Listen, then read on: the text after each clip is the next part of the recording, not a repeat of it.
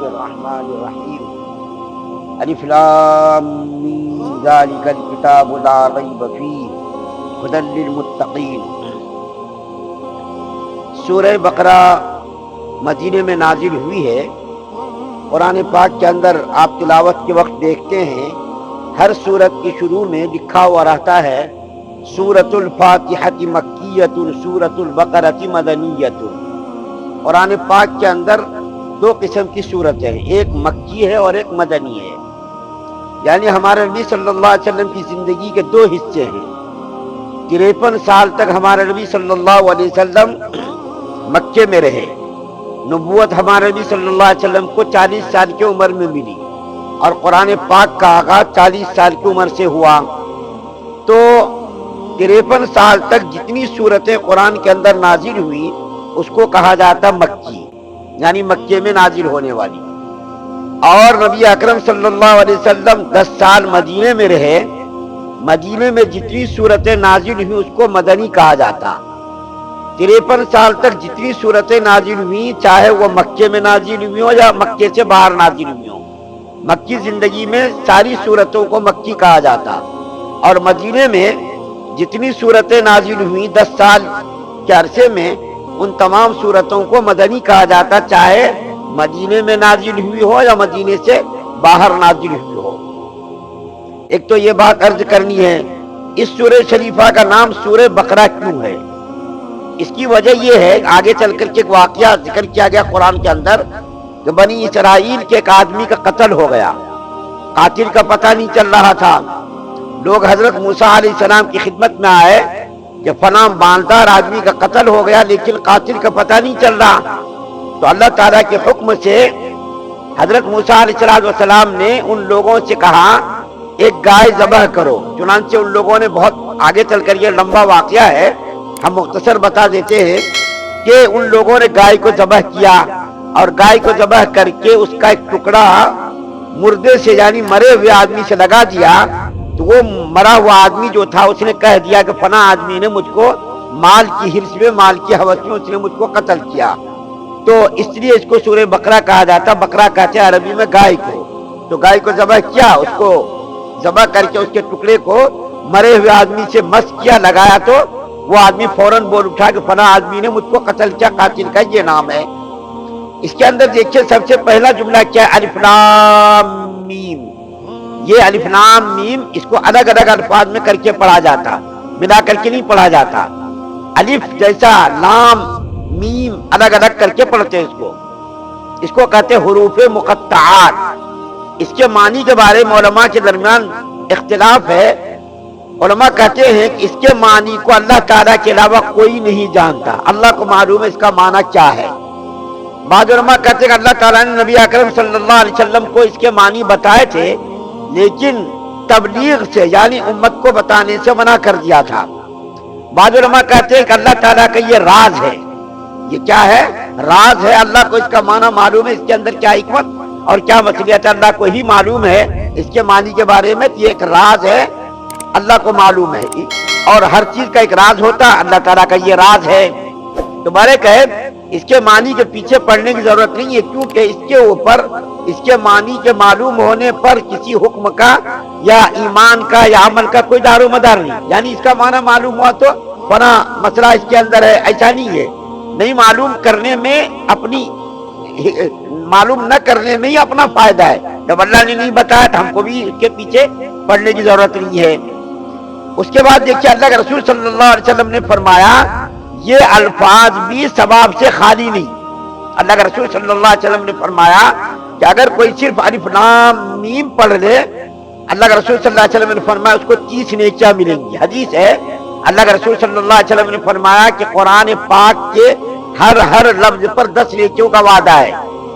اور میں یہ نہیں کہتا کہ الف لام میم ایک حرف ہے۔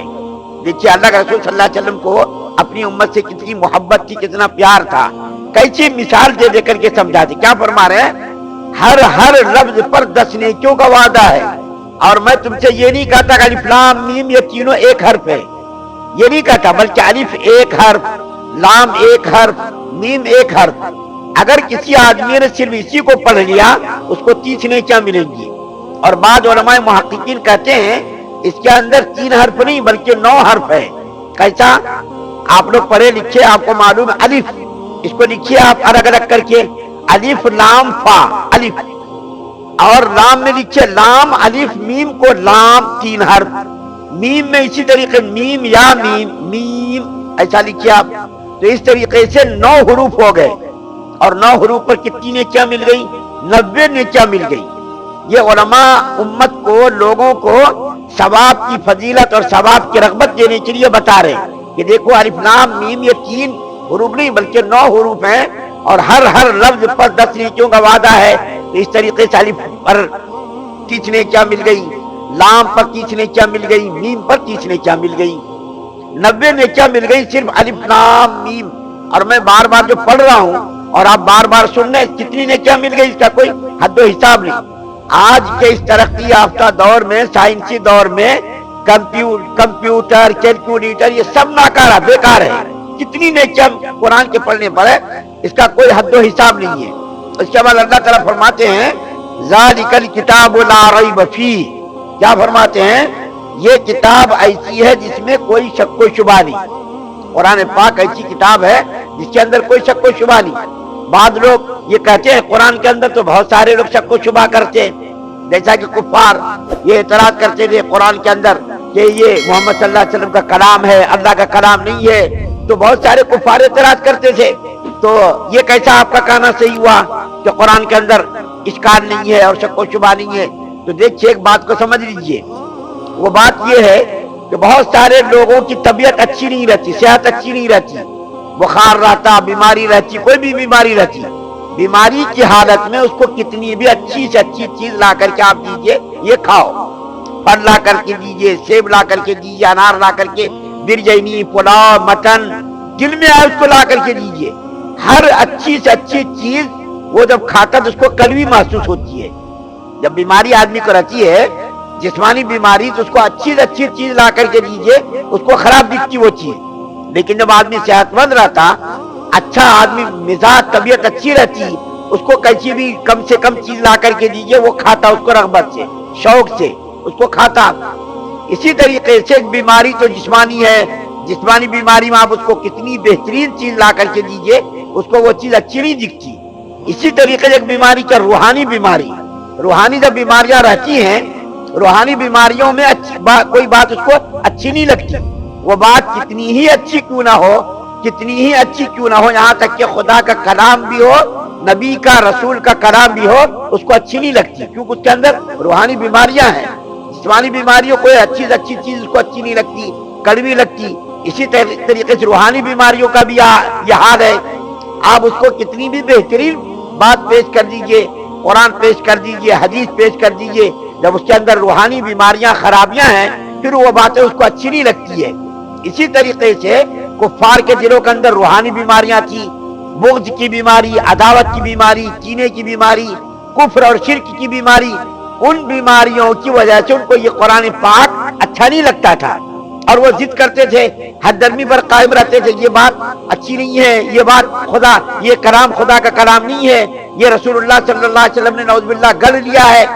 اس کو میں ایک مثال دے کر یہ سمجھاتا ہوں جس سے بات اچھی طرح سمجھ میں آئے گی۔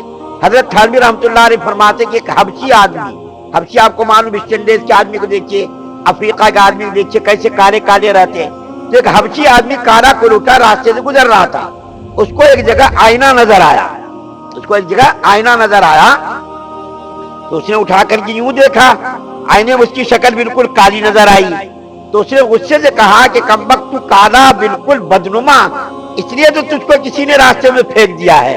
اب آپ بتائیے اس کی غلطی تھی آئینے کی غلطی یا اس کی شکل کی غلطی تھی؟ آئینہ تو اپنی جگہ بالکل صاف شفاف تھا، لیکن غلطی تو اس کے چہرے کی تھی، اس کا چہرہ بالکل بدنما تھا، کالا تھا۔ اس نے جب اپنی شکل آئینے میں دیکھی، اس نے غصے سے اس کو پٹک دیا اور پٹک کر کے پھینک دیا اور کہا کہ کمبخت کسی نے تجھ کو یہاں اس لیے ڈال دیا تو کالا کلوٹا بدنما تھا۔ غلطی تو ان کی تھی نا، غلطی تو حبشی کی تھی، آئینے کی غلطی نہیں تھی۔ اس کی شکل کالی تھی، بدنما تھی، بھدی تھی، اس کی شکل اس میں نظر آتی، اس نے آئینے کو قصوروار ٹھہرا دیا۔ اسی طریقے سے کفار مکہ کے اندر اتنی ساری خرابیاں تھی اور قرآن کی غلطی نکالتے تھے وہ۔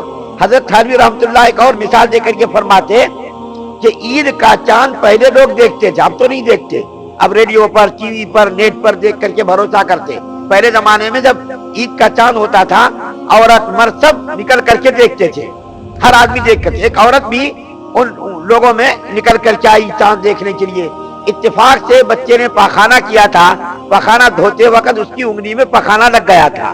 عورتوں کا عادت ہوتی ہے ناک پر ہاتھ لگانے کی، تو اس نے جو ہے ناک پر ہاتھ لگایا تو وہ نجاست جو تھی اس کی ناک پر آ گئی۔ اب وہ چاند دیکھنے کے لیے سب کے ساتھ وہ بھی آئی، چاند دیکھتے دیکھتے دیکھتے دیکھتے اس نے کیا کہا، کرے اس مرتبہ کا چاند بالکل بدبودار نکلا ہے، حالانکہ نجاست اس کی ناک پر لگی ہوئی ہے، چاند کا کوئی قصور نہیں ہے، نجاست اس کی ناک پر لگی ہوئی ہے۔ تو وہ کیا کہہ رہی ہے سب کو، ارے اس مرتبہ کا چاند بالکل بدبودار نکلا ہے، بدبو ہو رہی ہے، حالانکہ ناک پر نجاست لگی، اس نجاست کی وجہ سے اس کو بدبو محسوس ہو رہی تھی۔ اسی طریقے سے بہت سارے لوگ اس کے دلوں کے اندر خرابیاں رہتی ہیں، کفر کی خرابی، شرک کی خرابی، اور اسی طریقے سے بغض کی خرابی، ضد کی خرابی، ہر درمی کی خرابی اور تکبر کی خرابی، اپنے آپ کو بڑا سمجھنے کی بیماری۔ ان خرابیوں اور بیماریوں کی وجہ سے وہ اپنی ذات کو نہیں دیکھتا بلکہ دوسروں کو دیکھتا، اس کے اندر خرابی ہے۔ دوسروں کا تنکا کہتے ہیں، دوسروں کا آنکھ کا تنکا نظر آتا، اپنا شاطر نظر نہیں آتا۔ تو خدا کا یہ کلام، خدا کی یہ کتاب تمام شک و شبہ سے بالا تر ہے۔ اس کتاب کے اندر کوئی شک و شبہ نہیں، کوئی خرابی نہیں، کوئی کمی نہیں۔ خرابی اگر ہے تو نہ ماننے والوں کے اندر خرابی ہے، قرآن کے اندر خرابی نہیں۔ اللہ کا کلام اس کے اندر کیسا خرابی ہو سکتی ہے؟ اللہ تو سب سے زیادہ سچا اور سب سے زیادہ سچے کا یہ کلام ہے، اس کے اندر کیسا خرابی ہو سکتی، شک و شبہ ہو سکتا؟ تو یہ قرآن پاک تمام شکوک و شبہات سے، تمام خرابیوں سے کیا ہے، پاک ہے، اس کے اندر کوئی شک و شبہ نہیں۔ اللہ تعالیٰ فرما رہے ہیں اس کتاب کے اندر کوئی شک و شبہ نہیں۔ اب اس آیت کریمہ کا ٹکڑا جو ھدی للمتقین ہے، اس کے بارے میں انشاءاللہ کل آپ کے سامنے بات کریں گے۔ اللہ سے دعا ہے کہ اللہ تعالیٰ ہم تمام مسلمانوں کو ہر قسم کی روحانی جسمانی جو ہے بیماریوں سے محفوظ فرمائے، شرک سے، کفر سے، نفاق سے، بدنیتی، بد اخلاصی سے ہم سب کی حفاظت فرمائے، ساری امت مسلمہ کو ہر قسم کے شر سے محفوظ فرمائے۔